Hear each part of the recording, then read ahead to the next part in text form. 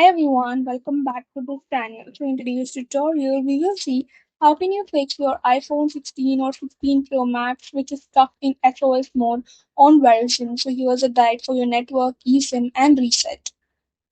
Fix 1. Check for a Verizon outage. Before troubleshooting your phone, verify whether Verizon is experiencing a service interruption in your area. During network outages, iPhones commonly display SOS or SOS only until service is restored. Fix 2. Toggle airplane mode. You need to open Control Center, turn airplane mode on, wait for 10 to 15 seconds, turn it back off. Wait for a minute to see if signal returns. Fix 3. Restart your iPhone. Press and hold the side button and either volume button. Drag the power off slider. Wait for 30 seconds. Turn the phone back on. If it remains in SOS mode, perform a force restart. Press and quickly release volume up and press and quickly release volume down. Press and hold the side button until the Apple logo appears.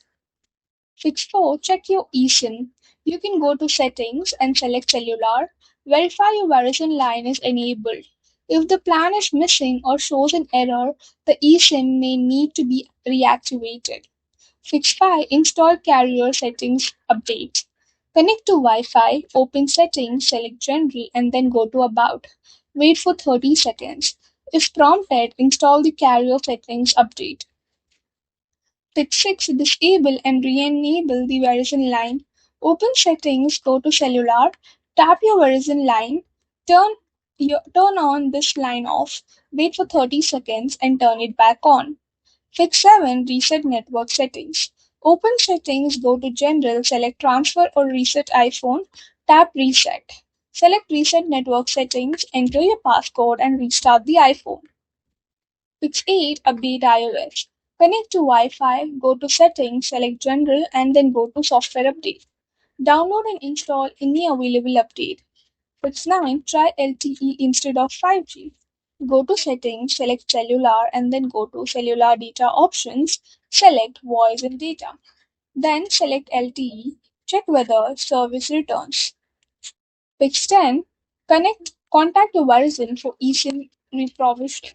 Remove and reissue your eSIM, refresh your device activation, reprovision your line, verify your IMEI is correctly associated with your account.